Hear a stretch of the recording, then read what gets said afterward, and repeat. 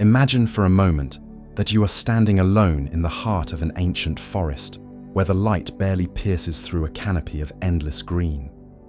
The air is still, heavy with the scent of moss and earth, and there's a quiet so profound that it seems to hum with secrets. You sense something intangible, a whisper within you that stirs without sound. It's not a voice, not a thought, but a flicker, a faint glow of awareness that reminds you, you are here, you exist. What is this strange, silent presence that dwells within us, so familiar, yet so elusive? How did it come to be, this quiet recognition of being? And why does it feel like both a gift and a mystery we can never fully unravel? Let's wander deeper into this forest of the mind, where the first seeds of consciousness took root. Think of a time before you knew yourself, before the world had names or shapes, before even the concept of I emerged. Perhaps it was in the earliest moments of childhood, or perhaps even before, in some primal, wordless state. There, in the dim haze of beginnings, something awakened, a spark that separated the chaos of sensation into a quiet knowing. You became aware, not of anything specific at first, not of a self or a purpose, but simply of being. It's as if the universe, in all its vast indifference, paused for a fleeting instant to glance inward through your eyes. And in that glance, a question was born. What am I? This emergence of awareness is not a loud event, not a thunderclap or a revelation. It's a whisper, so soft that we often overlook it in the noise of life. Yet it is the foundation of everything we are. Consider the strangeness of it. A creature, born of stardust and chance, suddenly capable of sensing its own existence. Across millennia, humans have pondered this mystery, from the ancient philosophers of Greece who carved their questions into stone, to the sages of the East who sought silence to hear that inner whisper more clearly. They all circled the same enigma. How does matter, mere flesh and bone, give rise to this intangible light within? Is it a trick of biology, a dance of neurons weaving an illusion of self? Or is it something more, something beyond the reach of science or scripture, a fragment of the eternal nestled within the fleeting? Picture yourself now as that lone traveler in the forest, feeling the weight of this question. Each step you take seems to echo with it, the crunch of leaves beneath your feet, a reminder of your own fleeting presence. You stop by a stream, its waters murmuring as they carve their way through time, and you wonder, did this awareness always exist within me, waiting to unfold? Or did it emerge like the stream itself, shaped by the terrain of experience? Perhaps it is both, a latent potential, a seed buried deep until the conditions of life coaxed it into bloom. But once it blooms, it changes everything. The moment we recognize that we are, the world transforms. Colors seem brighter, sounds sharper, not because they have changed, but because we now know we are the ones perceiving them. Awareness becomes the lens through which all else is seen, the silent narrator of every joy, every pain, every fleeting thought. Yet there is a shadow to this light, a subtle unease that lingers at the edge of this realization. To be aware is to know that you are finite, that this flicker of consciousness is bound by time. In ancient texts, from the Upanishads to the musings of Plato, there is a recurring thread, the idea that awareness is both a liberation and a burden. It frees us to wonder, to create, to seek meaning in the chaos, but it also binds us to the knowledge of our own impermanence. As you kneel by that forest stream, watching the water slip through your fingers, you feel this duality. Awareness is a mirror, reflecting not just the world, but the fragility of your place within it. And so, the whisper of consciousness carries a question that has haunted humanity since its first awakening. Is this gift of knowing a path to transcendence, or merely a fleeting glimpse of a mystery we can never solve? Take a moment to reflect on this. Let your mind drift to that quiet place within, where the first stirrings of your own awareness might still echo. Can you recall the first time you truly felt the weight of your own existence? The moment you realized you were more than just a body, more than just a name? What did it awaken in you? Curiosity, fear, wonder? Sit with that feeling for a breath or two, letting the forest around you fade, until all that remains is the silent pulse of being. As we linger here, let's consider how this whisper shapes the very fabric of our existence. Awareness is not a static thing, it is a current, a force that moves through us, altering how we engage with the world. It is the root of every question we ask, every story we tell, every dream we chase. Without it, we would be adrift, mere automatons reacting to stimuli with no sense of purpose or wonder. But with it, we become creators of meaning, weaving narratives from the raw material of life. The ancient Greeks called this the logos, the principle of reason and awareness that orders the cosmos. The mystics of India spoke of Atman, the inner self that connects to the infinite. Though their words differ, their insight is the same. Consciousness, this quiet flicker within, is the bridge between the mundane and the divine, the fleeting and the eternal.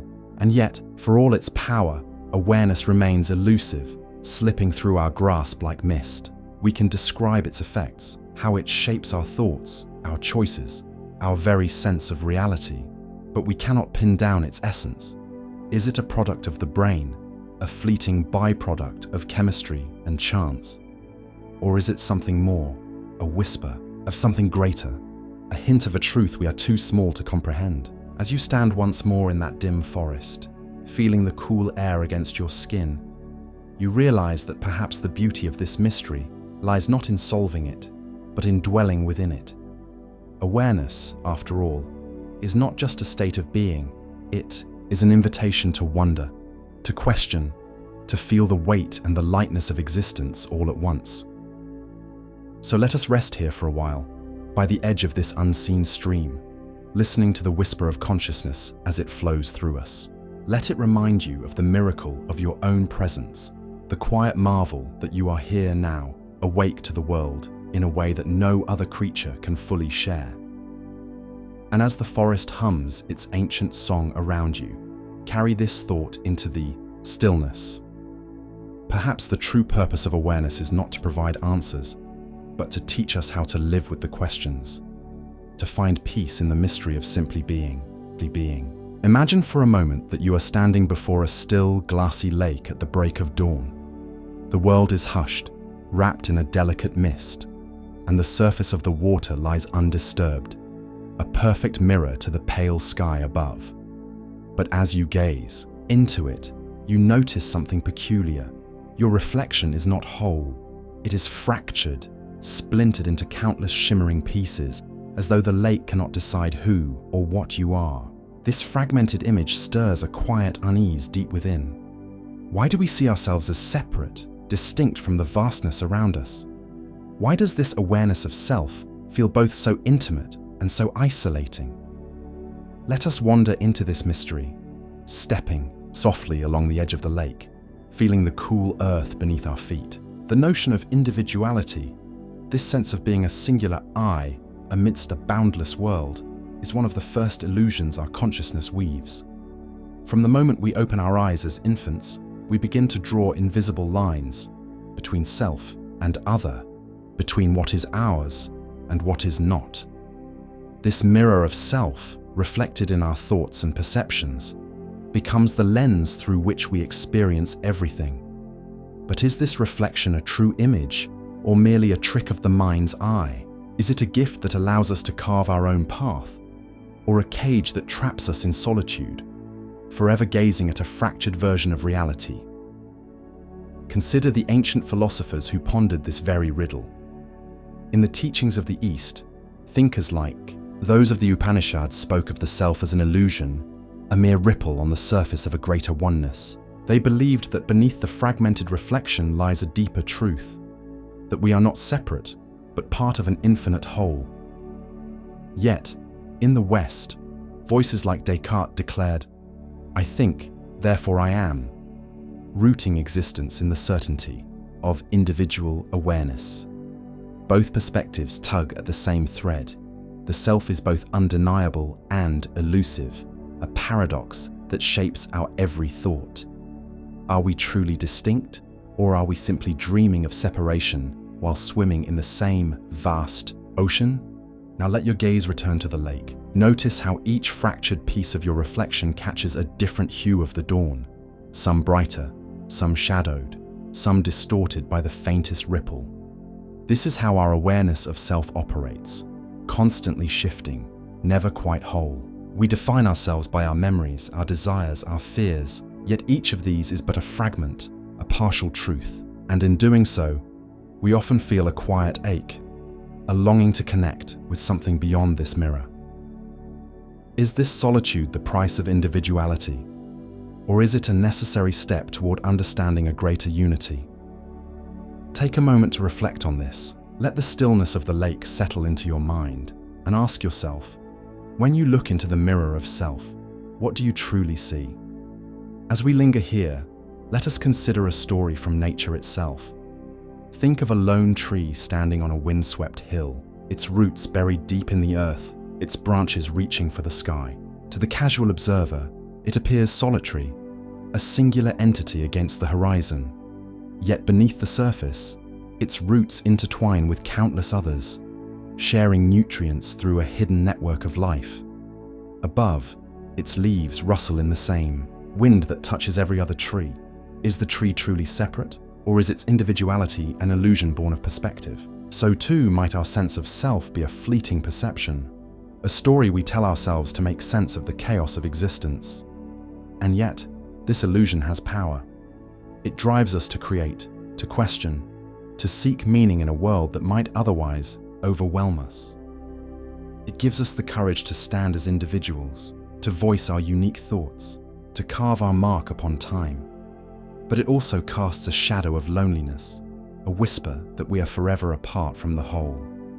Perhaps the mirror of self is neither gift nor cage, but a puzzle, an invitation to look deeper, to see beyond the fractures, to find the unbroken sky reflected in the lake's quiet depths. Let this thought linger as the mist over the water begins to lift, revealing more of the world around you. The lake remains still, holding your reflection in its silent embrace. But now there is a subtle shift within. The fractured image no longer feels like a barrier, but a question, a gentle nudge to wonder if separation is real, or if it is merely the mind's way of navigating an infinite connection. As the first rays of sunlight touch the water, casting golden threads across its surface, let this mystery settle into your heart. For in the mirror of self, we may find not just isolation, but the first step toward understanding the boundless unity that lies beyond. Imagine for a moment that the world around you is not as it seems. Not a fixed tapestry of truths, but a canvas, ever shifting, painted by an unseen hand. What if the reality you know is merely a reflection of your own mind's brushstrokes, each color and contour born from the way you perceive the fleeting dance of light and shadow? Let us wander into this quiet mystery, where the borders of the real and the imagined blur, and where the very act of seeing becomes an art of creation. Think of perception as a painter, standing before an empty frame, palette in hand. Every glance, every sound, every fleeting touch is a stroke of color, a dab of texture, shaping a personal universe that exists only for you. The crimson of a sunset might ignite a memory of warmth in your heart, while to another, it whispers of endings and farewells. The rustle of leaves might sing a lullaby of peace to one ear, yet stir unease in another, recalling a storm long past. Is there a true sunset, a true rustle, beneath the layers of our individual artistry? Or does reality dissolve into 1,000 separate paintings, each as valid, each as ephemeral, as the mind that conjures it? Consider the senses, those silent guides that feed the painter's hand. They are both window and veil, revealing the world while cloaking it in illusion. Your eyes might trace the sharp edges of a mountain against the sky, but they cannot see the ancient stories etched into its stone. Your skin might feel the cool kiss of a breeze, yet miss the invisible currents that carry it across oceans. And how often have we been deceived by these messengers? A mirage in the desert, promising water where there is only sand. A whisper in the dark, mistaken for a voice when it is merely the wind. Our senses illuminate, yes, but they also obscure, crafting a reality that is as much fiction as fact. Let us drift deeper into this riddle. Imagine standing in a vast gallery, surrounded by countless canvases, each painted by a different soul. You gaze upon your own creation, a world of muted blues and jagged lines perhaps, reflecting a life of quiet introspection. But beside you, another's painting burns with fiery reds and chaotic swirls, a testament to a spirit forged in struggle. Can you step into their frame, see through their eyes, feel the weight of their colors? Or are we forever bound to our own gallery, our own subjective truth, unable to cross the silent divide between one mind and another? Take a moment to reflect on this. How much of what you hold as real is merely the tint of your own perception? This dance of perception is not a modern puzzle, but an ancient one, whispered through the ages by thinkers and dreamers. In the shadowed courtyards of ancient Greece, philosophers like Plato pondered whether we see the world as it is, or merely shadows cast upon the walls of our own cave. In the quiet monasteries of the East, sages meditated on the notion that all is Maya, illusion, a dream woven by the mind to distract from a deeper, unseen truth. Even now, as science peers into the mechanics of the brain, we find that perception is no passive act, but an active forgery. The mind filling in gaps, inventing details, crafting a seamless story from fragmented clues. What then can we trust? If our reality is but a construct, are we creators or prisoners of our own design? Let this thought linger as we stand before our canvas, brush poised, uncertain. Perhaps there is no ultimate truth to uncover, no final painting that captures the essence of the world. Perhaps the beauty lies in the act of painting itself, in the way we blend light and shadow, joy and sorrow, into a masterpiece that is uniquely ours. And yet, a quiet unease remains. If perception shapes reality, then what lies beyond the frame? Is there a world untouched by our senses, a truth uncolored by our minds, waiting in the stillness for us to see it as it truly is? Or are we forever bound to dance with perception, twirling through a reality that is as much dream as it is dawn? Let this question settle into the quiet corners of your mind, a gentle ripple in the still waters of thought, as we rest here for a moment in the mystery. Imagine for a moment that you are standing in the heart of an ancient library, its walls stretching endlessly into shadow. The air is thick with the scent of aged parchment, and each shelf groans under the weight of countless volumes, their spines worn by time. Every book here is a fragment of your past, a whisper of a moment you once lived. Some are vivid, their pages glowing with the clarity of yesterday, while others are faded, their words dissolving into dust. As you wander these silent corridors, a question begins to form, soft as a breath. Are you truly the sum of what you remember? Or are you shaped just as deeply by what has slipped away into the dark? Memory is a labyrinth within us, a hidden repository, where awareness freezes moments in time. It is both a sanctuary and a prison, holding the stories that define who we think we are. Think of the first time you felt the weight of joy or the sharp sting of loss, how those fleeting seconds seem to linger, etched into the very fabric of your being. Yet, for every memory that shines like a polished stone, there are countless others that have crumbled, lost to the tides of forgetting. And isn't it strange how the mind clings to certain fragments? A fleeting smile, the sound of rain on a forgotten evening, while entire chapters of our lives vanish as if they never were. What decides which stories stay and which are surrendered? To oblivion? Consider the possibility that memory is not just a record, but a sculptor. It carves the contours of your identity, shaping how you see yourself and the world around you. A childhood memory of laughter might anchor you to a sense of warmth, while a moment of failure could cast a long shadow over your confidence. But what if the memories you hold most dear are not entirely true? What if they are merely paintings, brushed with the colors of emotion and time, altered each time you revisit them? Scientists have long known that memory is malleable, that each recollection subtly rewrites the past. So, are you remembering who you were, or are you creating who you are with every thought? Take a moment to reflect on this. Let your mind drift to a memory that feels vivid, almost tangible. Can you trust its edges, its details, or do you sense the whisper of distortion, the quiet hand of time reshaping what once was? Now, let us wander deeper into this ancient library of the mind.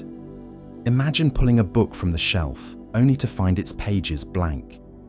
These are the forgotten things, the conversations, the faces, the mundane mornings that have slipped beyond reach. Yet, do they not still linger in some unseen way? Perhaps they form the silent foundation of who you are, the invisible threads that weave through your choices and fears. There is a haunting beauty in this idea, that the self is not only built from what we recall, but from the vast, uncharted spaces of what we have lost. Could it be that forgetting is not a flaw, but a quiet mercy, allowing us to carry only what we can bear? And what of those memories that return unbidden, like ghosts slipping through the cracks of the present? A scent, a melody, a slant of light, and suddenly you are pulled back to a moment you thought was gone. The mind, it seems, is a keeper of secrets, hiding fragments of the past until they are ready to resurface. In these fleeting reunions, there is a reminder of how fragile yet potent memory can be. It binds us to time, to the illusion of continuity, making us believe we are a single, unbroken story. But are we? Or are we merely a collection of disjointed echoes, pieced together by a mind desperate for meaning? Let us linger here for a while, in the dim light of this inner library. Consider the weight of your memories, the ones that comfort and the ones that wound. Ask yourself quietly, do they hold you together, or do they hold you captive? And as you trace the outlines of your past, ponder the mystery of what lies beyond recall. For in the interplay of memory and forgetting, there is a deeper truth about awareness itself, a truth that whispers, we are not just the stories we tell ourselves, but the silences between them, the spaces where the soul breathes free.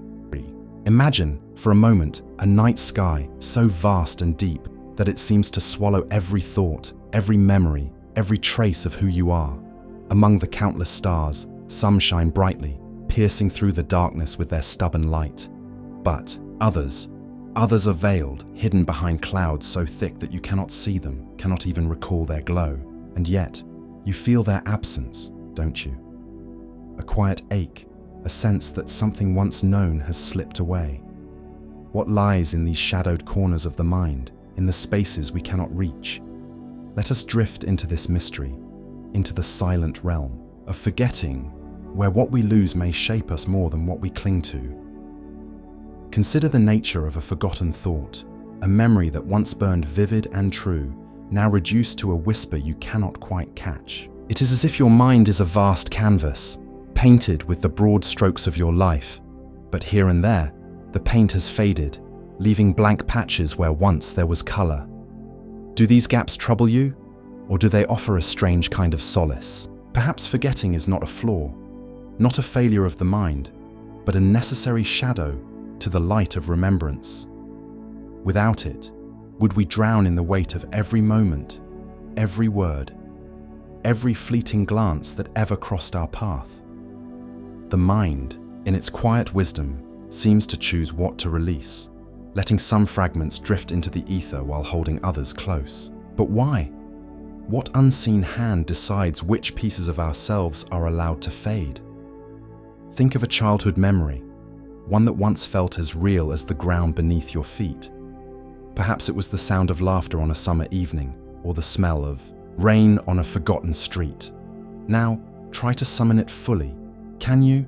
Or do you find only fragments, a vague warmth or a flicker of joy, the rest dissolved into a haze? This is the shadow of forgetting at work, not erasing, but obscuring, as if to remind us that we are not meant to carry everything forever. And yet, there is a poignancy in this loss, a sense that what we forget might hold the key to who we were or who we could have been. Are we diminished by these absences, or are we sculpted by them, our edges smoothed by the quiet erosion of time? Let us wander deeper into this enigma. Imagine your mind as an ancient city, its streets winding and narrow, some bathed in sunlight, others cloaked in perpetual dusk. In the shadowed alleys, there are doors you cannot open, rooms you cannot enter. Behind them lie forgotten dreams, unspoken fears, moments of tenderness or pain that once defined you. Do they still exist somewhere, buried beneath the dust of years, waiting to be rediscovered? Or are they truly gone, dissolved into nothingness, as if they never were? There is a mystery here, a quiet unease in knowing that parts of ourselves are beyond reach, hidden even from our own gaze. Take a moment to reflect on this. What have you forgotten that once felt so vital, so inseparable from your being? Can you feel the weight of its absence, like a missing piece of a puzzle you no longer remember assembling? Perhaps forgetting is not merely loss, but a kind of mercy. Consider the alternative, a mind that retains everything, every slight, every sorrow, every mundane detail of 1,000 yesterdays. Such a burden might crush us, tethering us to a past we cannot escape. Forgetting, then, becomes a quiet liberator, allowing us to shed the skins of old selves, to step lighter into the present. But there is a cost to this freedom. In letting go, do we lose the threads that connect us to our own story? Are we, in some unspoken way, betraying the person we once were by allowing their joys and struggles to fade into shadow? This tension lingers, a riddle without resolution, as we navigate the delicate balance between holding on and letting go.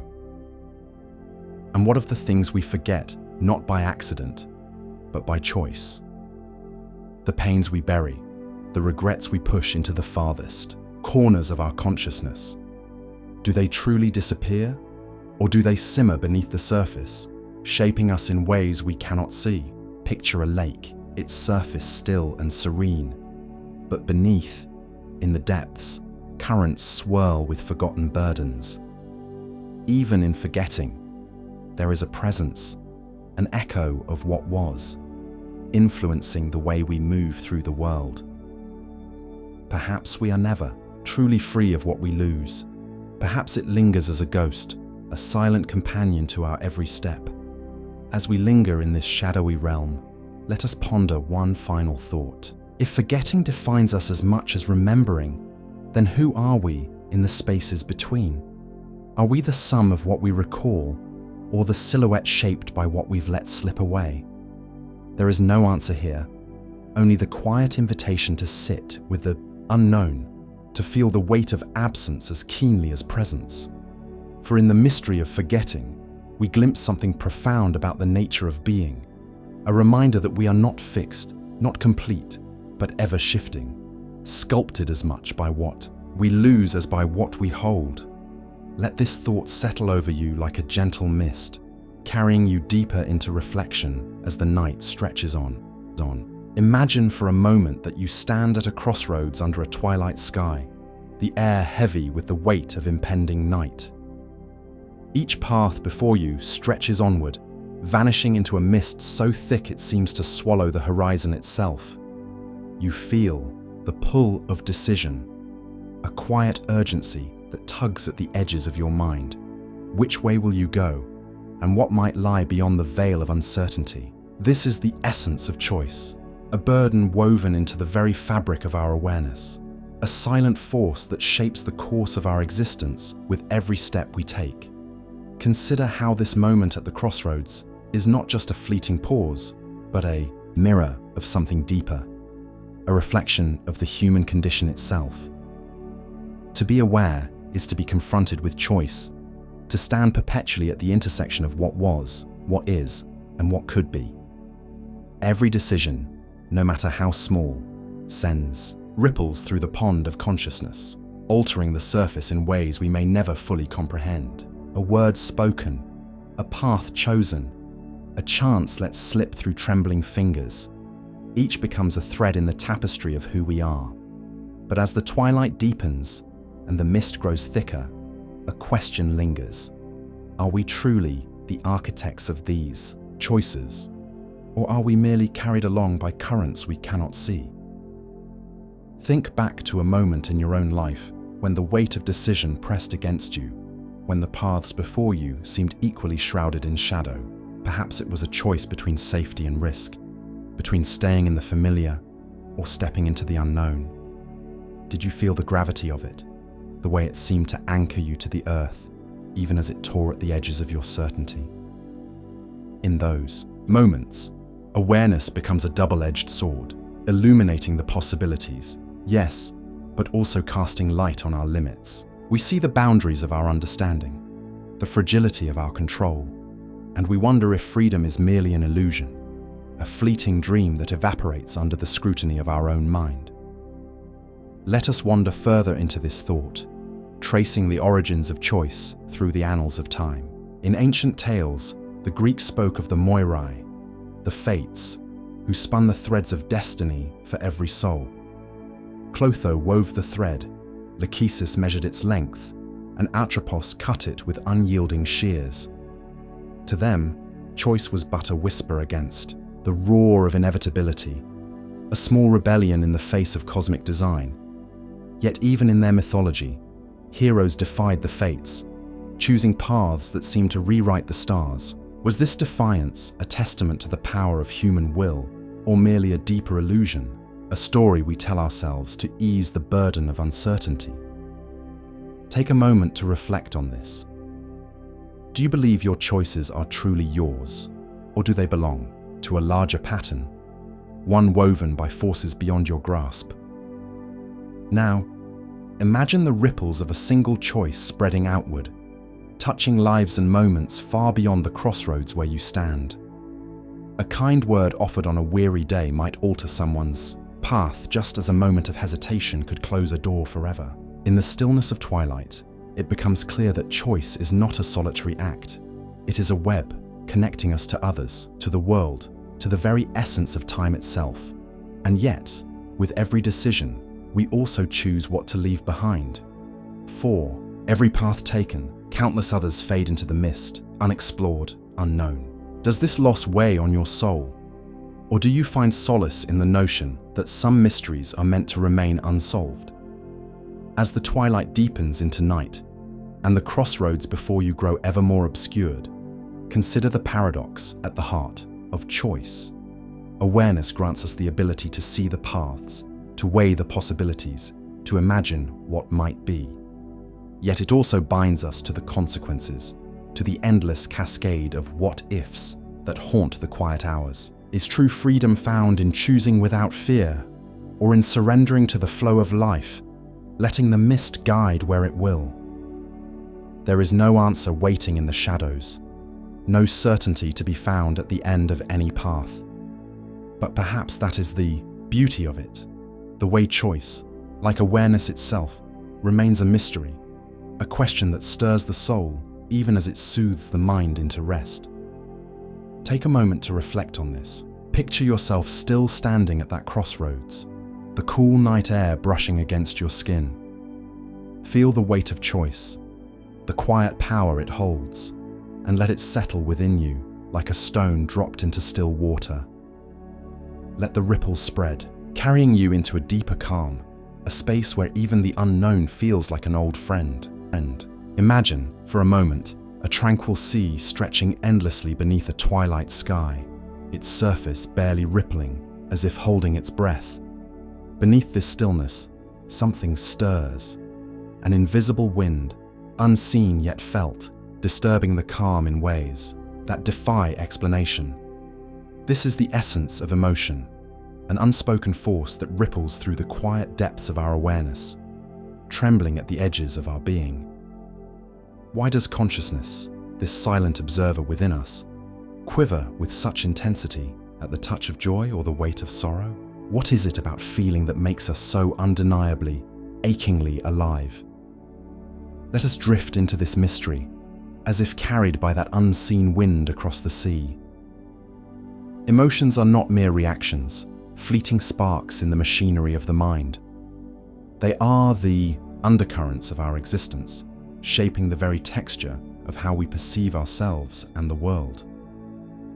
Think of a moment when laughter swelled within you, unbidden, a lightness that seemed to lift you beyond the mundane. Or recall a time when grief descended like a heavy fog, obscuring all else, leaving you to wander blindly through your own thoughts. In those instants, were you not more aware of your own presence, as if emotion sharpened the edges of your consciousness, making every heartbeat, every breath, a vivid proclamation of being? Yet there is a riddle here, one that lingers like a whisper in the quiet. Are these feelings, these winds that stir our inner seas, born of awareness, or do they give rise to it? Consider the child who weeps without knowing why, tears falling before words can name the pain. Is emotion the raw, primal clay from which reflective thought is molded, a language older than reason itself? Or is it awareness that breathes life into feeling, turning a mere pang into a story of loss, a flutter into a tale of love? Perhaps they are inseparable, two dancers locked in an endless waltz, each step of thought echoing a pulse of emotion, each tremor of feeling sparking a flicker of understanding. Let us wander further, to the shores of history, where ancient voices speak of this interplay. The Greeks, in their timeless tragedies, saw emotions as divine forces, gifts or curses from the gods that could elevate a mortal to heroism or cast them into despair. They believed that to feel was to be touched by something beyond the self, a reminder that our inner storms are not entirely our own. In contrast, the Stoics urged a mastery over these winds, teaching that true awareness lies in stillness, in observing emotion without being swept away. But can we truly stand apart from what we feel? Is there not a quiet truth in the idea that to be aware is to be vulnerable, to let the sea within us rise and fall with every unseen gust? Take a moment to reflect on this. Close your eyes, if you wish, and summon a memory of deep feeling. Perhaps a joy so bright it seemed to burn, or a sorrow so heavy it anchored you to the earth. Notice how, even now, the echo of that emotion stirs something within, as if awareness itself reaches back to touch that moment, to relive it through the lens of now. Does this not suggest that emotion is a thread woven into the very fabric of consciousness, a marker of our humanity that no thought can fully unravel? And yet, there is a shadow to this beauty, a mystery that haunts the edges of our inquiry. If emotions are the truest markers of being aware, what of those times when feeling numbs us, when the sea grows too turbulent to navigate? Think of despair so vast it silences thought, or anger so fierce it blinds us to reason. In such storms, does awareness falter, or does it deepen, revealing layers of ourselves we dare not face in calmer waters? Perhaps emotion is both compass and tempest, guiding us to the heart of who we are, even as it threatens to sweep us away. As we linger on this quiet sea, let us ponder one final thought. If awareness is the silent observer, the one who watches and wonders, then emotion is its voice, singing songs of ecstasy and anguish that words can only hope to capture. Together, they form a harmony, imperfect yet profound, a reminder that to be conscious is to feel, and to feel is to know that we exist. So, as the twilight darkens above this endless sea, let us not seek to tame these winds, but to listen to their whispers, for in their rise and fall, we may find the deepest echoes of ourselves. As the world quiets and the veil of night descends, have you ever wondered what strange territories your mind wanders into while you sleep? Picture a realm where the familiar bends and fractures, where the laws that govern your waking hours dissolve like mist over a forgotten lake. In this elusive space, the boundaries of reality blur, and you find yourself adrift in a landscape woven from the threads of memory, longing, and unspoken fears. What are these visions that flicker in the darkness of slumber? Are they mere illusions, fragments of a tired mind, or do they whisper truths that daylight cannot bear to reveal? Let us drift into this enigma, into the puzzle of dreams, where awareness seems to slip from its usual moorings. Imagine yourself stepping into a surreal painting where the sky might bleed into the sea and the ground beneath your feet could crumble into stardust with a single thought. Here, time is no longer a steady river, but a kaleidoscope, twisting and turning without rhythm or reason. You might find yourself soaring over mountains you've never seen, or speaking in a tongue you cannot name, as if some hidden part of you has unlocked a door to a forgotten self. What is this awareness that lingers in dreams? Is it the same consciousness that guides you through the day? Or does it wear a different mask, one that dares to defy the rules of logic and order? Consider for a moment the possibility that dreams are not mere chaos, but a canvas where the deeper currents of your being paint their silent confessions. Think of the recurring vision that haunts you, the house with endless corridors, the face you know but cannot place. Could these be messages from a layer of awareness that lies beneath the surface? A quiet voice that speaks only when the clamor of the waking world falls silent. Some ancient thinkers believed dreams were portals to the divine, glimpses of a realm beyond our own, where the soul could wander free of its earthly tether. Others saw them as mirrors, reflecting the unresolved shadows of our days, fears we dare not face, desires we dare not name. Which do you feel holds more truth? Take a moment to reflect on this. What have your own dreams revealed to you in their cryptic language? Now, let us wander deeper into this mystery. Imagine the sensation of falling in a dream, that sudden lurch of the heart as the ground rushes toward you, only to vanish as your eyes snap open. In that fleeting instant, were you truly falling, or was your awareness playing a trick, testing the edges of its own reality? Dreams seem to fracture the very notion of what it means to be aware, for in them, we often do not question the impossible. A lion might sit at your table, and you nod as if it were expected. A lost loved one might speak, and their words carry the weight of prophecy. Why does awareness bend so willingly in this space, surrendering to absurdity without a fight? Is it because dreams strip away the armor of reason, leaving us raw and open to a truth we cannot grasp in the light of day? There is a quiet unease in this thought, a sense that dreams might hold a key to something we cannot fully comprehend. Picture yourself standing at the edge of a dream, peering into its misty depths as if it were a riddle carved in ancient stone. Are dreams a fracture in our awareness, a glitch in the machinery of the mind? Or are they a deeper layer of its mystery, a place where the boundaries of self dissolve into something vast and unknowable? Some philosophers have pondered if dreams are the mind's attempt to reconcile what it cannot face awake, grief, guilt, or the weight of choices made and unmade. Others whisper that they are a bridge to something beyond, a fleeting connection to a consciousness that transcends our own. What do you sense in the silence of your own dreams? Do they feel like chaos, or do they hum with a hidden purpose? Let this question linger as we drift further into the night. Imagine each dream as a thread in a tapestry, woven by a hand you cannot see. Perhaps awareness does not sleep as we do, but merely shifts its gaze, turning inward to explore the uncharted territories of the soul. Perhaps in these strange and fleeting visions, we are closer to the essence of who we are than we ever dare to be in the clarity of morning. Take a moment to reflect on this. What dreams have stayed with you, their echoes lingering long after the dawn? What might they be trying to say about the mystery of your own awareness, hidden beneath the surface of thought? As we rest in this contemplation, let the weight of the questions settle over you like a soft shadow. Dreams, with their surreal beauty and quiet terror, remind us that awareness is not a fixed point, but a boundless sea, its depths forever out of reach. They invite us to wonder if what we call reality is merely the surface, And if the true nature of our consciousness lies in the places we can only visit when we close our eyes? Let this thought carry you gently, like a whisper on the wind, into whatever realms await in the stillness of the night.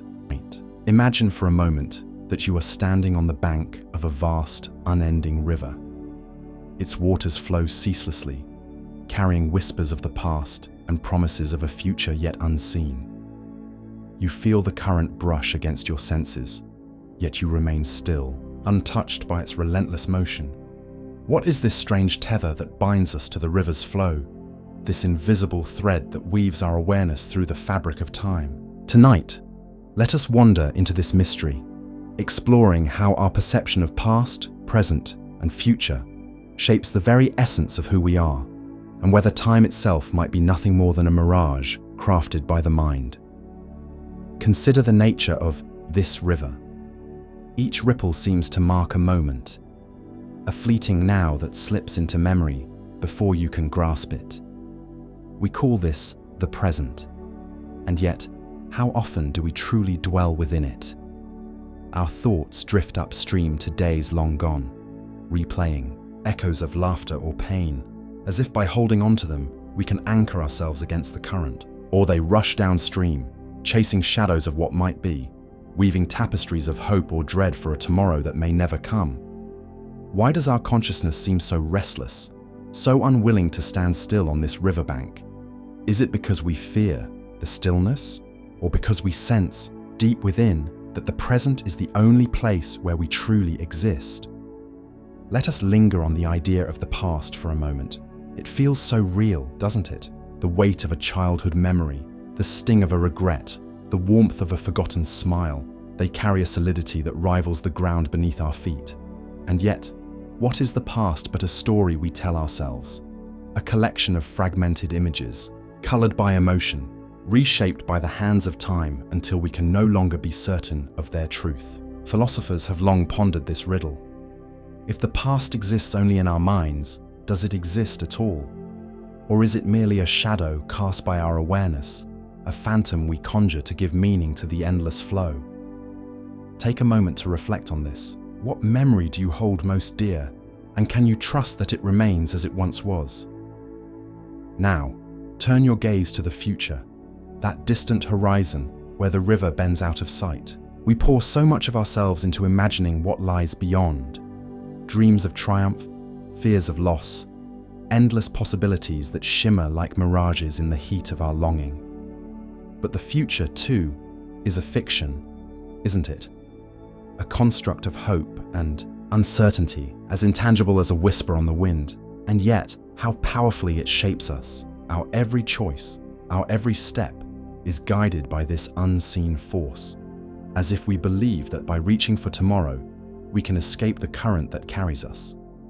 What if the future is not a destination, but a mirror of our deepest desires and doubts, reflecting back the very consciousness that dreams it into being? And then there is the present, this elusive sliver of time that slips through our fingers like water. We are told to live in the moment, to anchor ourselves in the now. But how often do we truly manage it? Our minds are wanderers, forever straying to what was or what might be, leaving the present as little more than a fleeting glance. Yet, in those rare instants when we do pause, when we feel the coolness of the river against our skin, hear the rustle of leaves in the evening breeze, sense the quiet pulse of our own breath, there is a clarity, a stillness that seems to transcend time itself. Could it be that the present is the only truth our awareness can truly know? Or is even this moment an illusion, a trick of perception that hides a deeper riddle? Let us step back and question the river itself. What if time, as we understand it, is not a force outside us, but a creation of our own making? Ancient thinkers, from the mystics of the East to the philosophers of the West, have suggested as much. In the teachings of Buddhism, time is often seen as a cycle, a wheel turning endlessly through birth and rebirth, with no true beginning or end. In the musings of Immanuel Kant, time is not an objective reality, but a framework of the mind, a lens through which we order the chaos of existence. What if they are right? What if this river we stand beside is not a river at all, but a story woven by our consciousness, a way to make sense of a universe that might otherwise overwhelm us with its boundlessness. Imagine for a moment a world without time, no past to haunt you, no future to beckon, just an eternal now stretching endlessly in all directions. Would your awareness feel freer in such a place, unburdened by the weight of memory or the pull of anticipation? Or would it feel lost, adrift without the familiar markers that give shape to your existence? Perhaps time, for all its illusions, is a necessary companion to consciousness, a scaffold that holds our fragile sense of self together. Or perhaps it is a cage, one we have built with our own thoughts, unable to see the timeless expanse that lies just beyond its bars. As you stand on this riverbank, watching the waters flow, let this question linger in the quiet of your mind. Are you a traveler carried by time, or are you the one who shapes its course? Does your awareness bend to the rhythm of the ticking clock, or does it whisper of a deeper truth, one where past, present, and future dissolve into a single, eternal breath? Take a moment to reflect on this. Feel the stillness of this imagined shore, the soft murmur of the river, and ask yourself, what is time to you, and what are you to it? Let this thought drift with you, like a leaf on the current, as we stand together in this quiet space, pondering the boundary of time and the mystery of the mind that seeks to understand it. For in this moment, whether real or imagined, there is a kind of peace, a gentle reminder that even the most elusive questions can cradle us in their wondering, if only we let them. Imagine, for a moment, a vast desert stretching endlessly beneath a sky so clear it seems to hold no secrets. The air is still, the horizon unbroken by any sign of life, and the only sound is the faint whisper of sand shifting beneath an invisible breeze. In this desolate expanse, there is a peculiar kind of quiet, a silence so profound it seems to hum with a hidden presence. This is not the silence of absence, but the silence of waiting, of something just beyond the edge of perception. What is it that lingers in these empty spaces, in the gaps where thought ceases to tread? What remains of us when the clamor of our minds falls away? Let us wander into this stillness, into the quiet that exists between one thought and the next. Our minds are often a storm of ideas, memories, and desires, a ceaseless current that carries us from moment to moment. We rarely notice the pauses, those fleeting instants when the inner voice fades, and we are left with nothing but the raw essence of being. Yet, in these silences, there is a kind of awareness that is different, not sharp or demanding, but soft, almost imperceptible, like the shadow of a cloud passing over the earth. It is as if the mind, in its rare moments of rest, allows something deeper to surface, something that does not speak in words or images, but simply is. Consider the desert once more. In its vast emptiness, there is no need for sound, no urgency, to fill the void. The silence here is not a lack, but a presence, a canvas upon which the smallest ripple of thought becomes magnified. So too, in the gaps between our thoughts, we might find a mirror to our truest nature. Are these moments of quiet the places where we touch the edge of something eternal, something that exists beyond the chatter of our daily concerns? Or are they merely a trick of the mind, a brief lapse before the next wave of noise crashes over us? Think of a time when you sat alone, perhaps late at night, when the world outside grew still and your thoughts slowed to a gentle ebb. Did you feel, in that quiet, a sense of expansion, as if the boundaries of yourself began to blur? There is a mystery here, in how silence seems to stretch us beyond our ordinary limits, inviting us to listen not with our ears, but with the whole of our being. It is in these spaces that questions arise unbidden. Is this stillness a doorway to understanding, or is it simply the absence of distraction, a void with no meaning at all? Take a moment to reflect on this. Let your mind drift to a memory of silence, a time when the world seemed to hold its breath. What did you feel in that pause?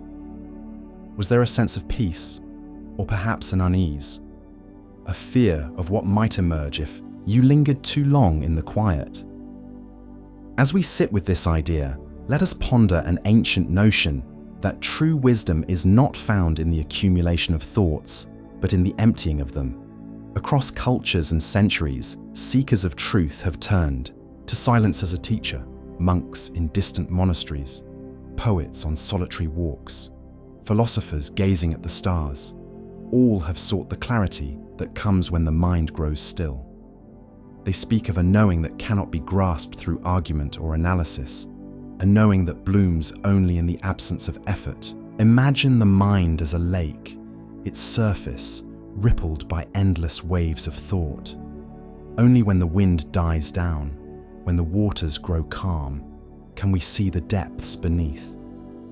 Is it possible that in the silence between thoughts, we glimpse not just ourselves, but the very fabric of existence? Yet there is a paradox here, a shadow that lingers even in this serene contemplation. For as much as we may seek this stillness, we are creatures of motion, of restlessness. The silence can feel like a stranger, an unfamiliar guest in the house of our consciousness. We rush to fill it with words, with plans, with distractions, as if afraid of what we might find if we let it linger. Why do we resist this quiet? Is it because we sense deep down that in the absence of thought, we must confront the vastness of the unknown, a vastness that mirrors the desert, endless and untamed? Let us sit with this unease for a moment, not to banish it, but to understand its roots. Perhaps our fear of silence is not a flaw, but a sign of our humanity, a reminder that we are beings caught between the finite and the infinite. In the gaps between thoughts, we brush against something larger than ourselves, something that defies definition. It is a humbling encounter, one that strips away the illusions of control and certainty we so often cling to.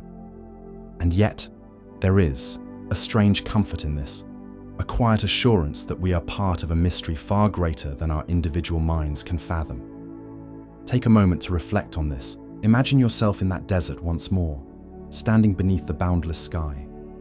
Feel the silence not as an emptiness, but as a presence, a gentle companion that asks nothing of you but to be. What do you sense in this stillness? Is there a whisper of something beyond thought, or simply the quiet of your own breath? As we linger in this space, let us carry forward a gentle curiosity about these silences within us. They are not destinations to be reached, nor puzzles to be solved, but rather moments to be felt, to be lived. In the quiet between thoughts, there is no need for answers, no demand for clarity. There is only the invitation to rest, to listen, to wonder. And perhaps, in that wondering, we find a kind of understanding that needs no words, a knowing that is as vast and timeless as the desert itself, stretching out into the unknown with a quiet, enduring grace. Imagine for a moment that you are weaving a tapestry, each thread a word, each knot a thought. And yet, as you step back to admire your creation, you notice the edges fraying, the pattern incomplete. There are gaps in the fabric, places where meaning seems to slip through your fingers like smoke. This is the nature of language, the tool we wield to shape our awareness, yet also the veil that obscures the deeper truths we seek. How often have you felt a stirring within, a profound realization or emotion, only to falter when trying to pin it down with words? There is a quiet frustration in this, a sense that the essence of what you know, or what you are, remains just, beyond expression, locked in a realm that language cannot reach. Consider the ancient storytellers, those who sat by flickering fires thousands of years ago, crafting myths to explain the unexplainable. Their words were not mere sounds, they were vessels, fragile attempts to carry the weight of human wonder and fear into the ears of others. Yet even then, something was lost. A myth of a great storm could evoke awe, but could it truly convey the trembling of a heart in the face of nature's wrath? Language, for all its beauty, is a bridge with missing planks. We cross it daily, hoping to connect our inner worlds to the outer, but we often stumble, sensing that what we say is only a shadow of what we mean. Think about the simplest of phrases. I am. 2 words, so small, yet they carry the weight of existence itself. When you utter them, do they fully capture the vastness of your being, the memories that flicker like distant stars, the emotions that churn like unseen currents, the silent questions that linger in the corners of your mind? Or do they merely scratch the surface, a crude sketch of a landscape too intricate to map? Language binds us to a framework, a structure of symbols and sounds, but in doing so, it limits us. It forces the infinite into the finite, the boundless, into a cage of grammar and syntax. And yet, we have no other tool. We are prisoners of our own creation, speaking to be heard, yet knowing that something vital remains unspoken. Take a moment to reflect on this. Have you ever sat in silence with someone, feeling a connection so deep that words seemed unnecessary, even intrusive? In that quiet, was there not a kind of understanding, a shared awareness that transcended the need for speech? Perhaps the truest language is not spoken at all, but felt. A glance, a touch, a presence. But even then, when we try to describe such moments, we falter. We reach for metaphors, for poetry, grasping at approximations, because the raw essence of experience resists being tamed by vocabulary. Now wander deeper with me into this mystery. Imagine a child learning to speak for the first time, pointing at the world with wide-eyed curiosity, naming things as if to claim them. Tree, they say, and in that word, a fragment of reality is captured. But what of the tree's silent history, its roots stretching into unseen earth, its leaves whispering secrets to the wind? Language gives us a handle to grasp the world, but it also narrows our gaze. It teaches us to see in categories, to label and divide, until the seamless wholeness of existence is fractured into parts. And as we grow, we forget that there was once a time before words, a time when awareness was pure, unfiltered by the need to name. This raises a haunting question. Are the deepest truths of consciousness, those fleeting glimpses of eternity, of unity, of raw being, forever beyond the reach of language? Is there a part of us, a vast and silent ocean beneath the surface of thought that can only be known in stillness, in the spaces between words? The mystics of old spoke of this often. They warned that to name the divine was to diminish it, that to describe the infinite was to betray it. Perhaps they understood something we have lost in our rush to articulate everything. That language, for all its power, is a veil, shimmering and beautiful, but a veil nonetheless. And so, we are left with a paradox. We must speak to connect, to share the flickering light of our awareness with others. Yet in speaking, we risk obscuring the very light we wish to reveal. It's as if we are painters, given only a handful of colors to depict a sunset of endless hues. We do our best, blending and layering, but the canvas will never hold the full radiance of what we see. Maybe this is why poetry and music often feel closer to truth than prose, because they lean into the ambiguity, the ineffable, allowing us to feel what cannot be said. Take a moment to reflect on this. When was the last time you felt something so profound that words seemed inadequate? Perhaps it was a moment of love, of loss, of wonder at the vastness of the night sky. Did you try to speak of it, only to feel the weight of its silence grow heavier? Or did you surrender to the quiet, letting the unspoken truth settle within you like a stone in still water? As we linger in this thought, let us not despair at the limits of language, but marvel at its attempt. For even in its imperfection, it is a testament to our longing, a longing to bridge the unbridgeable, to translate the whispers of consciousness into something tangible. And perhaps, in the end, it is not the words themselves that matter, but the spaces they create between us, the invitations they extend to look beyond them, into the mystery that language can only hint at. So let us speak, yes, but let us also listen to the silence that follows. For it is there, in the unspoken, that the deepest truths of awareness may be waiting. Imagine for a moment a solitary lighthouse standing on a jagged cliff, its beam cutting through an endless fog that cloaks the sea. The light reaches out, desperate to illuminate the hidden, yet the deeper it pierces, the more it reveals only the vastness of what remains unseen. This is the paradox of knowing, a restless hunger within us, a flicker of awareness that drives us to seek answers, only to find that each discovery unfurls a new veil of mystery. Tonight, let us wander into this enigma, exploring how the very act of understanding traps us in an eternal dance with doubt, a rhythm as old as thought itself. Consider the nature of this pursuit. To be aware is to yearn for knowledge, to stretch our minds toward the edges of comprehension. It's as if we are born with an invisible compass, always pointing toward the unknown, urging us to map the uncharted territories of existence. But what happens when we find a piece of the puzzle?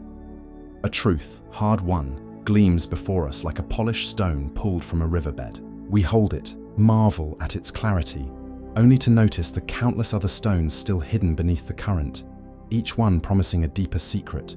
The more we know, the more we realize how little we grasp.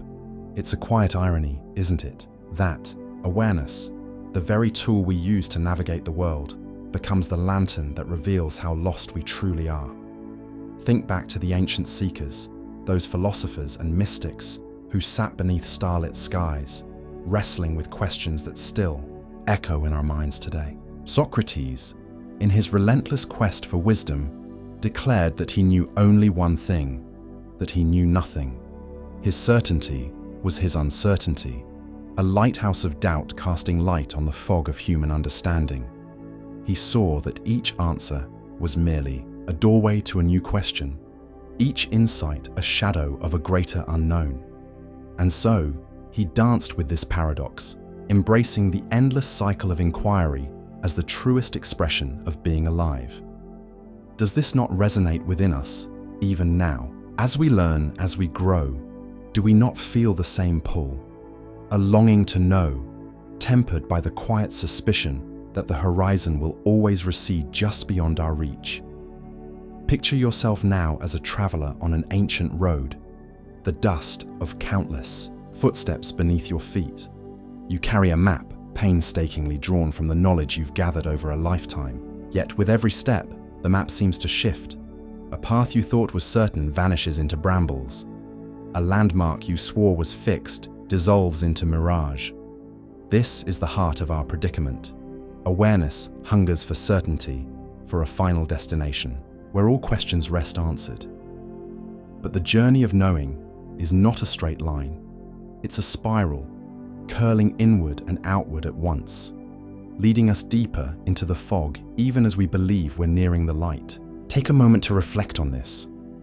When was the last time you felt certain of something, only to have that certainty crumble under the weight of a new perspective? Let's drift further into this mystery through a simple analogy. Imagine knowledge as a vast ocean and your mind as a small vessel sailing upon it. You cast your nets, pulling in shimmering fragments of understanding. A fact here, an insight there. Each catch feels like a triumph, a treasure to hoard. But the ocean is boundless, its depths unfathomable. For every netful you retrieve, 1,000 unseen wonders slip through the mesh. And worse, the tides of doubt begin to rise. Is what you've caught even true? Or is it merely a reflection of the surface, a fleeting illusion of the depths below? This is the quiet torment of awareness. Its gift is also its curse. It grants us the capacity to seek, to wonder, to know, yet it binds us to the realization that we may never grasp the whole, that every answer is but a whisper of a greater silence. And so, we find ourselves caught in this eternal dance, stepping between the known and the unknown, between clarity and confusion. There is a strange beauty in this rhythm though, isn't there? Like the lighthouse beam cutting through the fog, our pursuit of knowledge, however incomplete, casts a kind of light. It may not banish the darkness entirely, but it shapes the shadows, giving form to the formless. Perhaps the paradox is not a trap at all, but a kind of freedom, a reminder that to be aware is to be alive to mystery, to embrace the endless unfolding of questions as the very pulse of existence. Let this thought linger for a moment. What if the true purpose of knowing is not to arrive at final answers, but to revel in the seeking itself? As we rest here, poised on the edge of certainty and doubt, consider how this paradox weaves through your own life. How often have you sought to understand something, a person, a feeling, a truth, only to find that understanding slipping through your fingers like sand? Awareness, that quiet flame within, compels us to reach for more, to illuminate the hidden corners of our world. Yet, in its light, we see not just what is, but what might be, what could be, what will never be. And in that seeing, we dance between knowing and not knowing, between the solid ground of fact and the shifting mist of wonder. Let this gentle tension cradle you now, as we drift deeper into the night, carried by the rhythm of questions that have no end. Imagine, for a moment, that you stand alone on a vast, shadowed plain, under a sky devoid of stars. Yet, as your eyes adjust to the darkness, you sense something, an invisible thread, delicate as a whisper, stretching from your heart into the endless distance. It tugs gently, pulling you towards something or someone beyond the horizon. This is not a thread you can see or touch, but one you feel with a certainty that defies explanation. It is the silent call of connection, the way our awareness, that quiet flicker within, reaches out to others, yearning to be known, to be understood. We often think of consciousness as a solitary flame, burning in the cavern of our own mind. But what if its true nature is not to stand alone, but to weave itself into a greater tapestry? Picture these threads again, not just one, but countless, extending from you in every direction, linking you to others, friends, strangers, even those you will never meet. Each thread hums with a subtle resonance, carrying echoes of laughter, pain, longing, and love. Through them, your awareness expands beyond the boundaries of your own skin, as if to ask, am I truly separate, or am I part of something far larger, something I cannot fully grasp? Consider the first time you felt truly seen by another. Perhaps it was a fleeting glance from a stranger that held unexpected kindness, or the quiet understanding in a loved one's eyes during a moment of shared silence. In that instant, did you not feel a bridge form between two worlds, yours and theirs? It's as if awareness, in its deepest essence, hungers for this meeting of minds. Empathy, that mysterious force, becomes the language of this connection. It allows us to step, if only for a moment, into the shadow of another's thoughts, to feel the weight of their joys and sorrows as if they were our own. But how is this possible? How can we, bound by the walls of our own perception, touch the inner world of another? Let us wander back through the corridors of history for a moment, to the ancient Greeks who spoke of sympatheia, a shared feeling, a cosmic bond that ties all living things together. They believed that the universe itself was a web of interconnectedness, and that our individual awareness was but a note in a grand unseen symphony. Even now, centuries later, science echoes this poetry in its own way, speaking of mirror neurons, those tiny sparks in our brains that fire when we witness another's actions or emotions, as if we are living their experience ourselves. Could it be that our consciousness is not a fortress, but a bridge built by nature to span the chasm between one soul and another? Yet there is a lingering mystery here, a shadow cast over this beautiful idea of connection. Can we ever truly know another's mind? Imagine reaching out across that invisible thread, stretching your hand towards someone you cherish, only to find that the distance between you remains, no matter how close you seem. Their thoughts, their deepest fears and dreams are like a locked or room, the key to which you will never hold. even in our most intimate bonds, there is a veil, a subtle, unbreakable barrier that reminds us of our aloneness. We can feel for others, yes, but can we ever fully become them? Take a moment to reflect on this. Have you ever felt the ache of wanting to understand someone completely, only to realize that some part of them will always remain a stranger? This tension, this dance between closeness and distance, shapes the very fabric of our awareness. It teaches us that connection is not about dissolving the self, but about honoring the mystery of the other. Perhaps empathy is not a tool for merging minds, but a mirror that reflects our shared humanity back to us, flawed, beautiful, and incomplete. Think of a time when you shared a burden with someone, or when their joy became yours. In that exchange, did you not sense a quiet truth? That to be aware is to be bound to others, not by certainty, but by the tender act of reaching out again and again across the unknown. And so we stand on this darkened plain, feeling the pull of those invisible threads. They remind us that consciousness is not a solitary journey, but a shared one, a fragile, wondrous web spun from the quiet longing to connect. We may never fully know the minds we touch, but in the act of trying, in the fleeting moments of understanding, we glimpse something profound, that our awareness, at its heart, is a question seeking an answer in another. Let this thought linger with you, like a soft echo in the stillness. For in reaching out, in feeling the presence of others, we come closer to understanding the mystery of ourselves.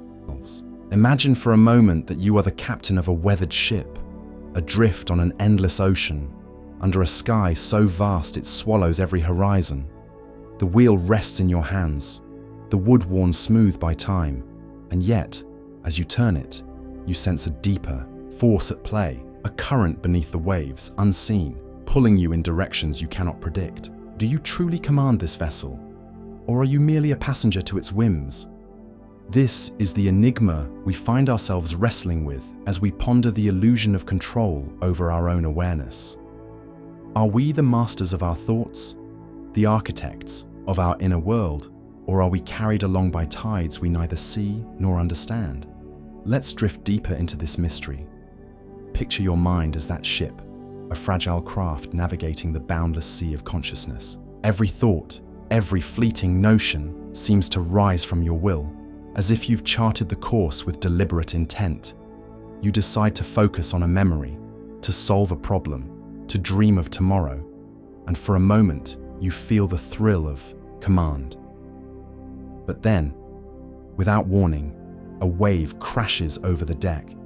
A stray thought intrudes, unbidden, pulling you into a past sorrow or a future fear.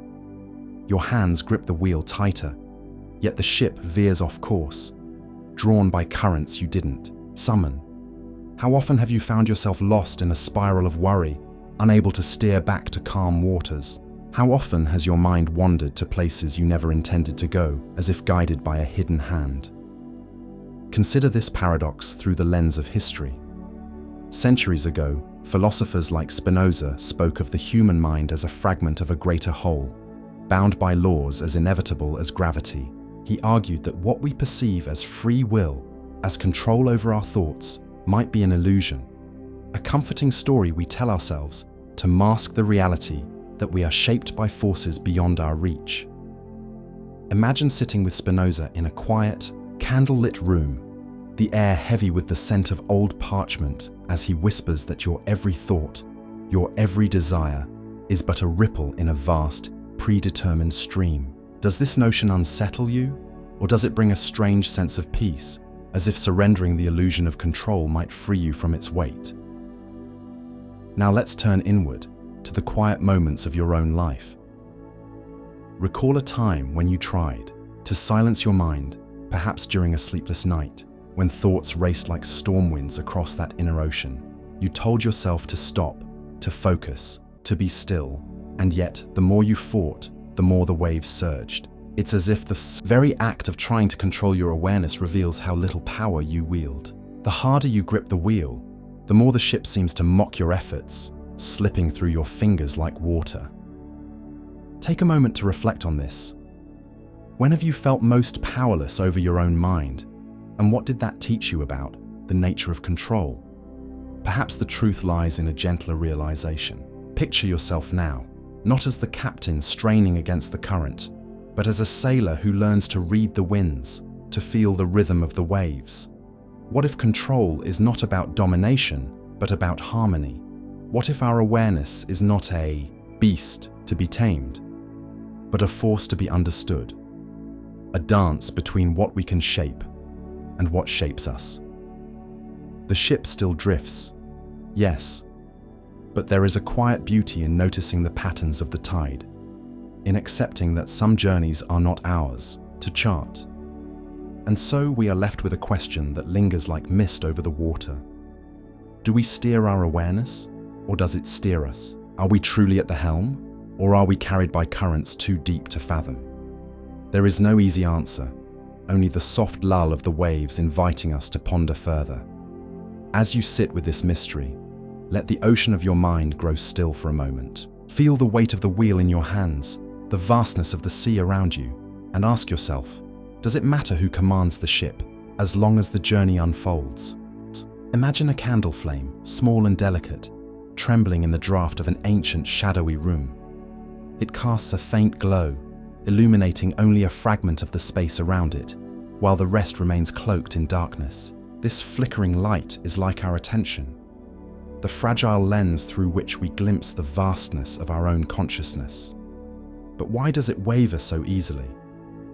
Why does our focus slip, darting from thought to thought, as if pulled by unseen currents? Tonight, let us wander into this quiet mystery, exploring the fragility of focus and what it might reveal about the deeper nature of our awareness.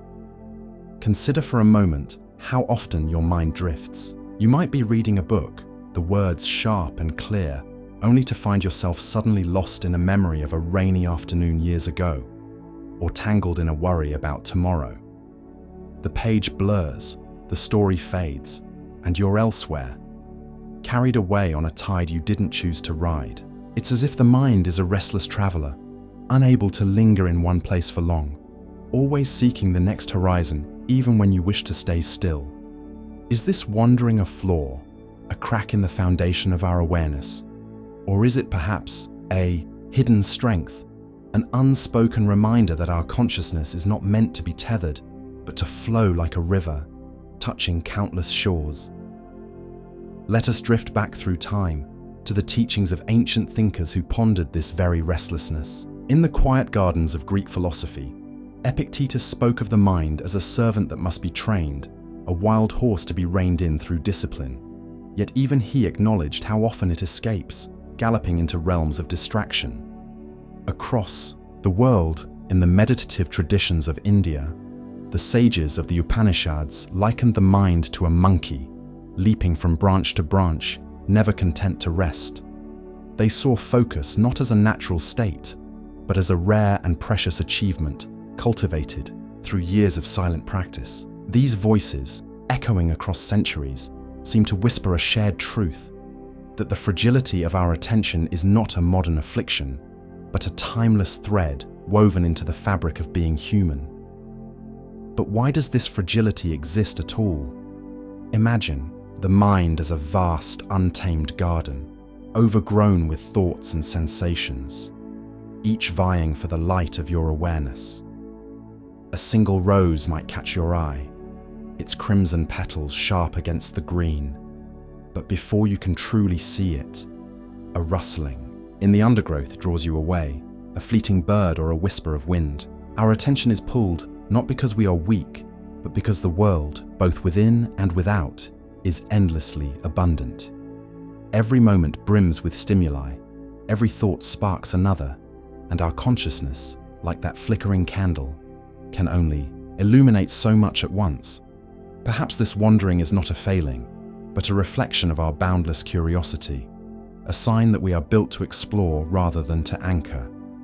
Take a moment to reflect on this. When was the last time your mind slipped away from where you intended it to be? Can you recall the sensation, that gentle drift into another realm of thought, as if carried by an unseen breeze? Did you fight to return, Or did you let yourself wander, curious about where the current might lead? Now let us delve deeper into this mystery by considering what lies beneath the surface of our distraction. Could it be that our inability to hold focus reveals a profound truth about consciousness itself? Perhaps the mind's tendency to roam is a quiet rebellion against confinement, a reminder that awareness is not a fixed point, but a dance, a rhythm of presence and absence, of clarity and haze. In moments of distraction, we might glimpse the vastness of our inner world, a landscape too expansive to be held in a single gaze. Like a sailor on an endless sea, we cannot chart every wave, but each glimpse of the horizon teaches us something new about the journey. There is a quiet beauty in this fragility, a tender vulnerability that mirrors the human condition. Just as the candle flame trembles in the draught, so too does our focus quiver in the face of life's ceaseless motion. Yet, even in its wavering, the flame persists, casting its small but stubborn light. So it is with us. We may drift, we may falter, but our awareness endures, always seeking, always reaching for the next flicker of understanding. Could it be that this imperfection is not a burden, but a gift, a gentle nudge to embrace the ebb and flow of thought, to find peace, not in perfect control, but in the quiet surrender to the mind's natural rhythm? As we linger in this thought, let us imagine ourselves once more in that shadowy room, watching the candle's light dance against the walls. Each flicker feels like a question, each shadow a mystery yet to unfold. Our focus may be fragile, but in its trembling, it reveals the depth of what it means to be aware, to be alive to a world that is both within us and beyond us, a world that calls us to wander, even as it invites us to stay. Let this fragility be not a source of frustration, but a quiet companion, reminding us that to be conscious is to be in motion, forever caught between the light and the dark, between the known and the unknown. Have you ever felt a sudden clarity, a knowing that emerges from nowhere, as if a quiet voice within you has spoken without words? It's a strange and fleeting moment, like a dawn breaking through an endless night, casting light on a path you didn't even know you were seeking. This is the enigma of intuition, a whisper of awareness that defies explanation, a thread of understanding that seems to weave itself into the fabric of our being without any conscious effort. What is this silent guide that nudges us toward unseen truths? Is it a hidden layer of our consciousness? Or does it reach beyond the boundaries of the mind, tapping into something vast and unknowable? Imagine for a moment that you're walking through a dense, ancient forest, the air thick with the scent of moss and earth. There's no map in your hands, no markers to guide your way, yet something within you, a subtle pull, an unspoken certainty, urges you to turn left instead of right. You can't explain why, but the feeling is undeniable, as if the forest itself has whispered a secret to your soul.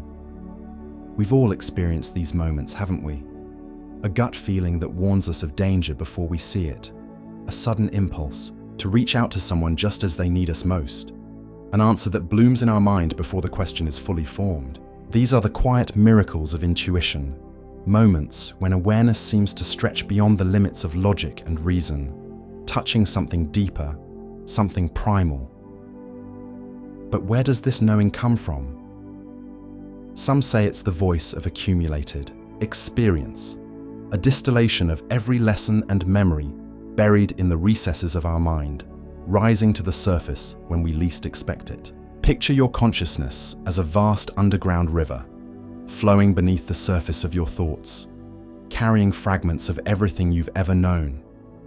In moments of stillness or urgency, that river breaks through, offering a glimpse of wisdom you didn't realize you possessed. Others, though, see intuition as something more mysterious, a connection to a collective understanding, a shared reservoir of insight that transcends the individual. Could it be that when we listen to these whispers, we're tuning into a frequency that binds us all, a silent network of knowing that hums beneath the noise of the world? Think of the artists who create masterpieces, as if guided by an unseen hand, or the scientists who stumble upon breakthroughs in a flash of unexplainable clarity. History is filled with such stories, moments when intuition seems to leap beyond the slow grind of rational thought. Consider the mathematician Srinivasa Ramanujan, who claimed his groundbreaking formulas came to him in dreams, as if gifted by a divine force. Was this merely his subconscious at work, piecing together patterns in the quiet of sleep? Or was it something more, a bridge to a realm of understanding that lies just beyond our grasp? Take a moment to reflect on this. Have you ever felt such a spark, a sudden insight that seemed to come from nowhere, yet felt so undeniably true? Yet for all its wonder, intuition is elusive, isn't it? It slips through our fingers when we try to pin it down, vanishing like mist under the harsh light of analysis. We can't summon it at will, nor can we always trust it.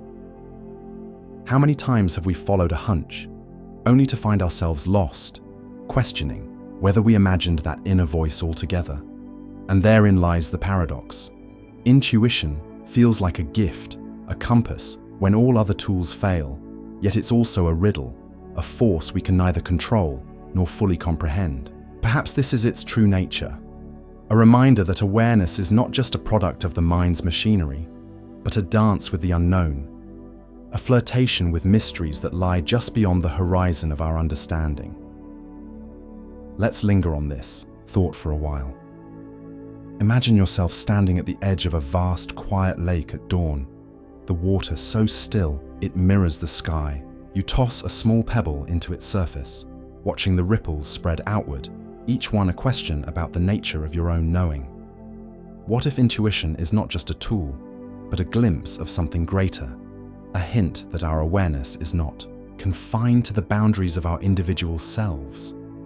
What if, in those quiet moments of clarity, we're brushing against the edges of a larger consciousness, a silent current that flows through all things? There's a certain peace in not having the answer, in simply allowing the question to hang in the air like the first light of morning, soft and undefined.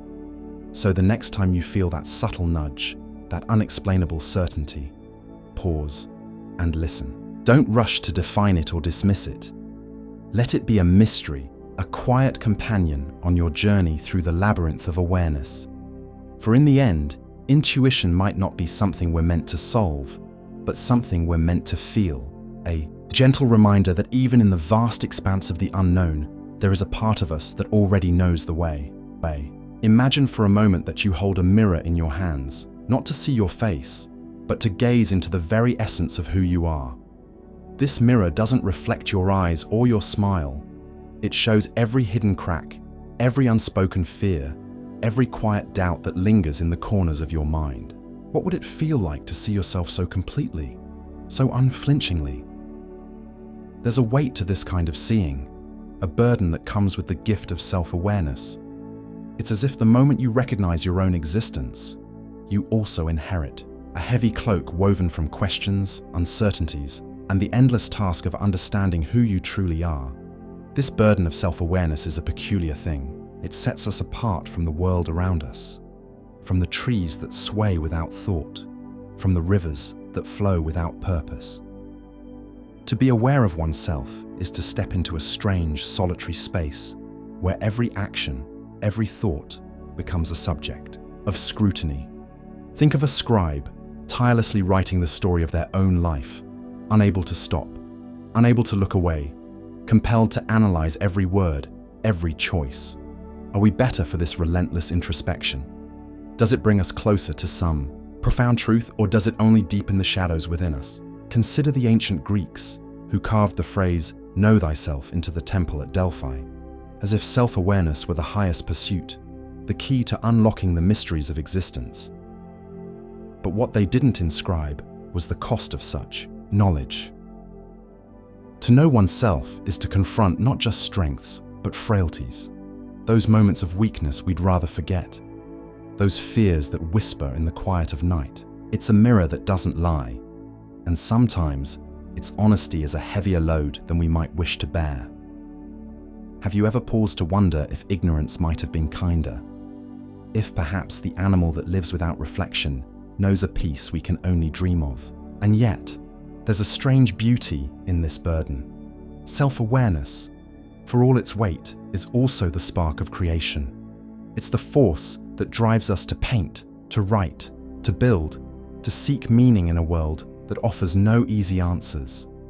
Imagine a potter shaping clay, their hands guided by an inner vision of what could be. That vision, that drive, comes from the same self-awareness that burdens us. It's a paradox, isn't it? The very thing that makes us restless also makes us dream. Without it, would we ever reach for the stars, or would we simply exist, untroubled, like stones on a forgotten shore? Take a moment to reflect on this. When was the last time you truly looked within? Not with judgment, but with curiosity. What did you see in that mirror of the mind? Was it a weight, a burden that pressed down on you? Or was it a light, however faint, guiding you towards something greater? This dance with self-awareness is endless, a rhythm of questioning and discovery that shapes every step of our journey. It can be exhausting, yes, to carry this mirror through life, to see ourselves so clearly and yet so incompletely. But perhaps that's the point. Maybe the unrest it brings isn't a flaw, but a call, a quiet urging to keep searching, to keep peeling back the layers of who we are. After all, isn't it in the struggle to understand ourselves that we come closest to touching the infinite? Isn't it in the weight of this burden that we find the strength to rise? So let us linger here for a while, in this space of reflection, where the mirror shows not just our flaws, but our potential. Let us carry this burden not as a curse, but as a quiet companion, one that reminds us, with every heavy step, that to be aware of oneself is to be alive in the deepest, most mysterious sense.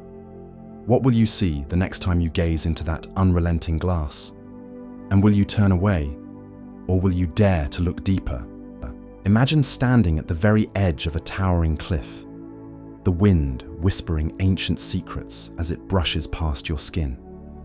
Below, an abyss yawns wide, its depths cloaked in shadow, a void so profound it seems to swallow even the faintest echo of light. You feel a shiver, not of cold, but of something deeper, a primal recognition of the boundary between being and not being.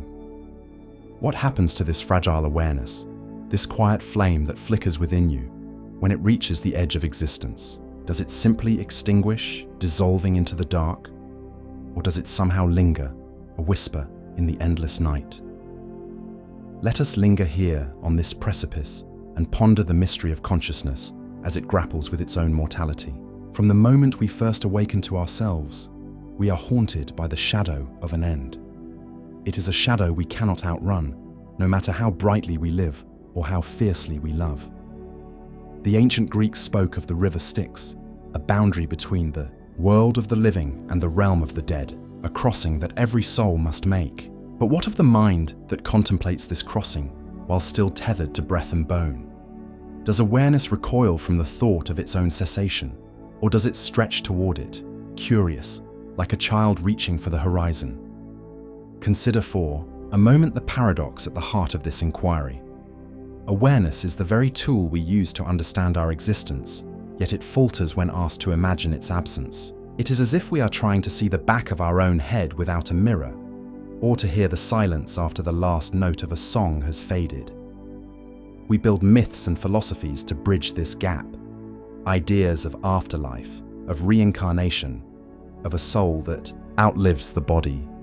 The Egyptians entombed their pharaohs with treasures and spells, believing consciousness could navigate the underworld. The Buddhists speak of cycles, of karma weaving awareness into new forms. Yet, beneath these stories, there lies a quieter, more unsettling question.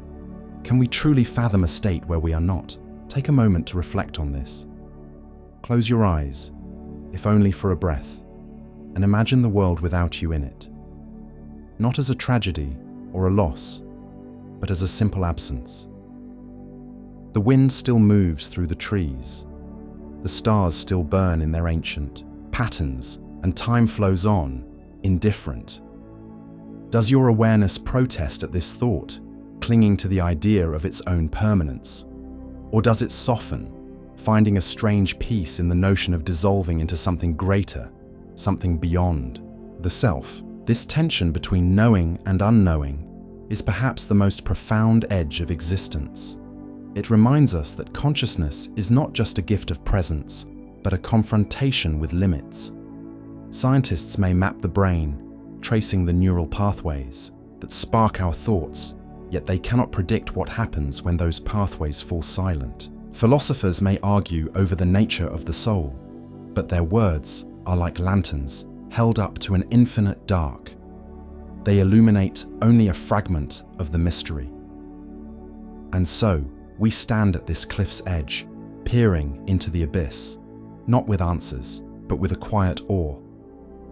Perhaps the true weight of awareness lies not in understanding its end, but in feeling the vastness of the question itself. Picture now a single pebble at your feet, small and unremarkable, yet shaped by eons of wind and water. You bend down, pick it up, and toss it over the edge. For a moment, you hear its descent, a faint clatter against the rocks below, until it is swallowed by silence. Is awareness like this pebble, falling into oblivion with a fleeting sound? Or does it ripple outward, unseen, touching realms we cannot comprehend? The mystery endures, not as a burden, but as a quiet companion. It walks with us through every moment, reminding us that to be aware is to live at the edge of the unknown, to feel the abyss beneath our feet, and yet to stand, for now, in the fragile light of being. Imagine, for a moment, that you are a solitary speck of light, adrift in an infinite void. Around you there is nothing but boundless darkness, a canvas of endless night that stretches beyond comprehension. Yet, within you, a faint glow pulses, a fragile, trembling awareness of your own existence. This tiny flicker, so small against the vastness, raises a question that hums like a distant star. Are you a singular marvel, or merely a fleeting ripple in the cosmic expanse? Let us drift into this humbling perspective, where the enormity of the universe meets the quiet mystery of our own consciousness. Picture the earth beneath your feet, a pale blue dot suspended in the abyss. From this vantage point, high above the clouds and beyond the reach of time, all the struggles, dreams, and fleeting moments of humanity seem to dissolve into a whisper. Every thought you've ever had, every spark of joy or pang of sorrow, is but a breath in the lungs of eternity. And yet that breath matters to you. It defines you. How strange it is to hold such significance in your own mind while being so utterly insignificant in the grand tapestry of existence. Does the universe care for your awareness, or is it indifferent, a silent witness to the brief dance of your thoughts? Consider the stars, those ancient sentinels of light, scattered across the void. Some of them burned out eons ago, their glow reaching us only now, a memory of something long gone. Are we too just echoes of a moment, our consciousness a fleeting shimmer in the cosmic night? Philosophers and poets have gazed at these same stars, pondering if our minds are unique, a rare gift woven into the fabric of reality, or if awareness is as common as dust, sprinkled across countless worlds we will never know. Imagine, for a moment, a distant planet where another being looks up at their own alien sky, feeling the same quiet wonder, the same ache to understand. Are we alone in our questioning, or is the universe alive with unseen minds, each a tiny mirror reflecting the same eternal riddle? Let's drift further, beyond the stars, to the very edge of what we can fathom.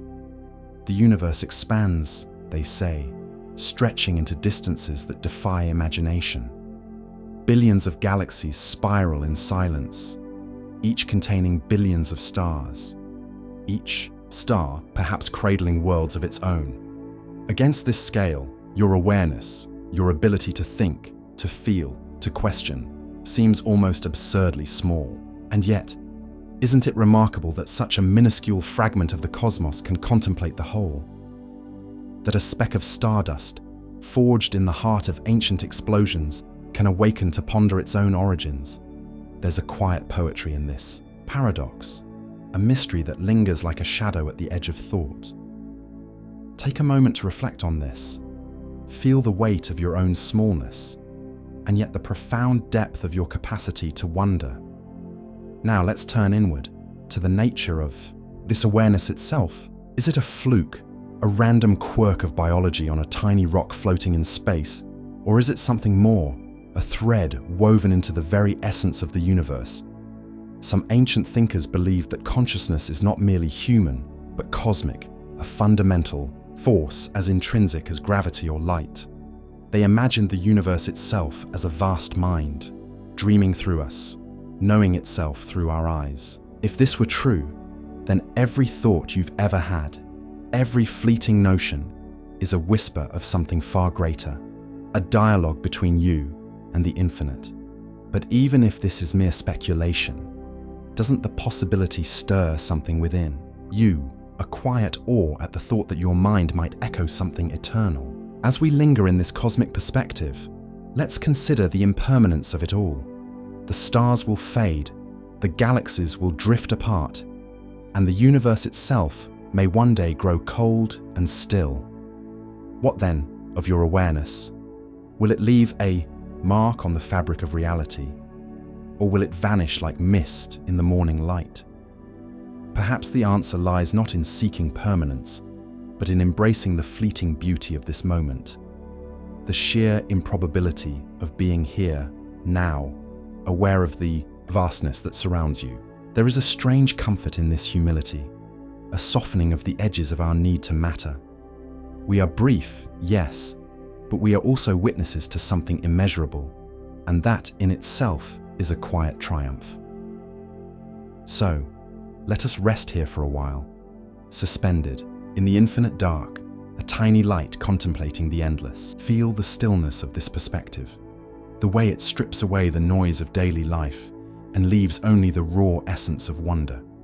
Whether your consciousness is a solitary spark or part of a greater chorus, it is yours to hold, to marvel at, to question. And in this vast silent universe, that act of questioning might just be the most profound thing of all. Take a moment to reflect on this. Let the enormity settle over you like a gentle tide, carrying you into a deeper, quieter place. Within, imagine for a moment that you stand at the edge of a vast, unending horizon. The sky above is a deep, velvety indigo, speckled with stars that seem to whisper secrets too ancient to grasp. The line where earth meets sky is blurred, an eternal boundary that beckons, yet remains forever out of reach. There is a quiet here, a stillness so profound, it feels as though the world itself is holding its breath. And in this stillness, a question arises, not with urgency, but with a gentle, persistent pull. What is this awareness that dwells within us, and why does it yearn for answers it may never find? As you gaze into that infinite distance, consider the journey of consciousness itself, a path with no clear beginning and no discernible end. It is a riddle woven into the fabric of our being, a mystery that has followed us through countless moments of wonder and doubt. We have sought to understand it, to pin it down with words and ideas, yet it slips through our fingers like mist. Perhaps that is its nature, not to be solved, but to be felt, to be lived. Think of awareness as a quiet companion, always present, yet always just beyond full comprehension. It is the soft hum beneath our thoughts, the unseen current that carries us through joy and sorrow, through clarity and confusion. Now, let your mind wander to the notion of a journey without a destination. Picture yourself walking along a shoreline at twilight, the cool sand beneath your feet, the rhythmic murmur of waves filling the air. With each step, you sense that the journey matters more than any endpoint. Awareness, too, might be such a path, a pilgrimage through the landscapes of thought and feeling, where the act of seeking holds more truth than any answer ever could. What if the questions we carry are not burdens, but lanterns, casting light into the corners of our existence? What if the unknown is not a void to be feared, but a space to be cherished, a canvas upon which we paint our deepest curiosities? Take a moment to reflect on this. Let your thoughts drift like leaves on a slow-moving river. Feel the weight of the unknown, not as something heavy, but as something vast and inviting. What questions linger in your own heart, unanswered, yet somehow comforting in their persistence? As the twilight deepens, consider how this endless inquiry shapes us. Every question we ask, every mystery we ponder, becomes a thread in the tapestry of who we are. Awareness is not a static thing, not a treasure to be claimed and held. It is a dance, a quiet rhythm that moves through us, urging us to look closer, to feel more deeply, to wonder without ceasing. And perhaps therein lies its greatest gift, not in providing certainty, but in teaching us to embrace the vastness of what we do not know. Imagine that horizon again, stretching endlessly before you. It does not demand that you reach it. It simply invites you to keep walking, to keep wondering, to keep being. There is a peculiar peace in this acceptance, a solace in knowing that some riddles are not meant to be unraveled. They are meant to stir us, to keep us awake to the marvel of our own existence. So as the stars above grow brighter and the night wraps around you like a gentle cloak, let yourself linger in this space of not knowing. Let the eternal question of awareness be a soft lullaby, soothing even as it awakens. What is this consciousness that flickers within? Why does it seek? And what does it seek? These are not queries to be answered tonight, nor perhaps ever. They are companions for the journey, whispers that remind us we are alive, we are aware, and we are part of something far greater than ourselves. Take a moment to reflect on this. Let the silence settle around you. Feel the weightless expanse of the unknown, and let it hold you, not with answers, but with presence. As the horizon fades into the deepening night, allow yourself to rest in the mystery, to find comfort in the endlessness of the question itself.